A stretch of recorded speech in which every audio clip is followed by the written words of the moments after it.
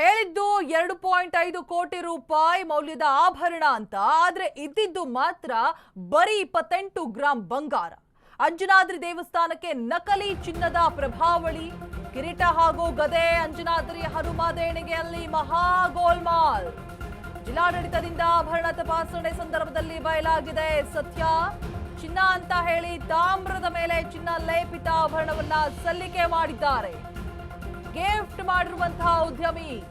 ಜಿಲ್ಲಾಡಳಿತದಿಂದ ಆಭರಣ ತಪಾಸಣೆಯ ಸಂದರ್ಭದಲ್ಲಿ ಬಯಲಾಗಿದೆ ಕರಾಳ ಸತ್ಯ.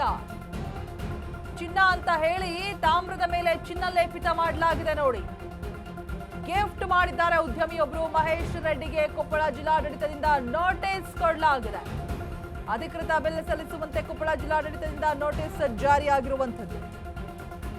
ಯಾರಿಗೂ ಮಣ್ಮುಕ್ಕಿಸೋಕ್ಕಾಗಲ್ಲ. ನೀವೆಂತ ದೊಡ್ಡ ವ್ಯಕ್ತಿ ಆಗಿದ್ರು ಕೂಡ ಈ ಪರಿಶೀಲನೆ ಮಾಡಿದಾಗ ಎಲ್ಲವೂ ಕೂಡ ಬಯಲಾಗಿದೆ.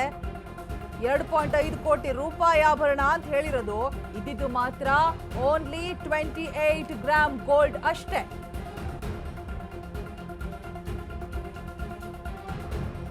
ಚಿನ್ನ ಅಂತ ಹೇಳ್ಬಿಟ್ಟು ತಾಮ್ರದ ಮೇಲೆ ಚಿನ್ನ ಲೇಪಿತ ಆಭರಣವನ್ನ ಸಲ್ಲಿಕೆ ಮಾಡಿದ್ದಾರೆ. ಗಿಫ್ಟ್ ಮಾಡಿದಂತಹ ಉದ್ಯಮಿ ಮಹೇಶ್ ರೆಡ್ಡಿಗೆ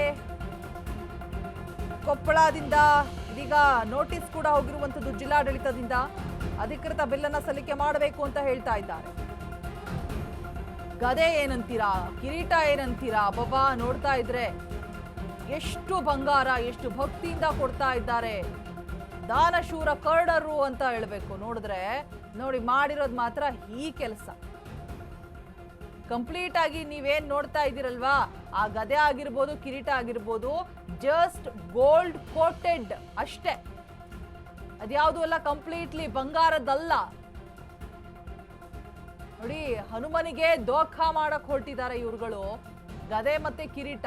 ಸೊ ನೋಡ್ತಾ ಇರ್ಬೋದು ಜನಾರ್ದನ ರೆಡ್ಡಿ ಕೂಡ ಅಲ್ಲಿ ಇದ್ದಾರೆ, ಉಪಸ್ಥಿತಿಲಿದ್ದಾರೆ. ಸೊ ತೆಗೆದುಕೊಳ್ಳುವಂತಹ ಸಂದರ್ಭದಲ್ಲಿ ಪರಿಶೀಲನೆ ತನಿಖೆ ಮಾಡಿಲ್ಲ. ಅದನ್ನ ಒಂದು ನಂಬಿಕೆ. ಸೊ ಕಂಪ್ಲೀಟ್ ಆಗಿ ತಾಮ್ರದಂತೆ ಅದು. ತಾಮ್ರದಕ್ಕೆ ಈ ಚಿನ್ನದ ಕೋಟಿಂಗ್ ಅನ್ನ ಮಾಡಲಾಗಿದೆ ಅಷ್ಟೇ ಅನ್ನುವಂತಹ ಮಾಹಿತಿ ಇದೆ. 2.5 ಕೋಟಿ ರೂಪಾಯಿ ಮೌಲ್ಯದ ಆಭರಣ ಅಂತ ಹೇಳಿರ್ತಾರೆ.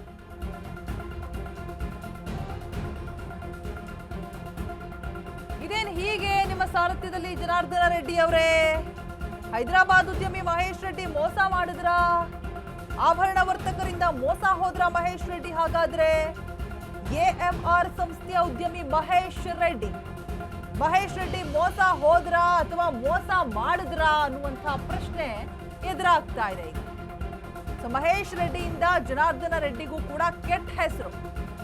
ಮಹೇಶ್ ರೆಡ್ಡಿ ಜೊತೆ ಫುಲ್ ಪೋಸ್ ಕೊಟ್ಟಿದ್ದಂತಹ ಬಿಜೆಪಿ ಶಾಸಕ ಇದೀಗ ಸೋಷಿಯಲ್ ಮೀಡಿಯಾದಲ್ಲಿ ಫುಲ್ ವೈರಲ್ ಆಗಿದ್ದಂತಹ ವಿಡಿಯೋ.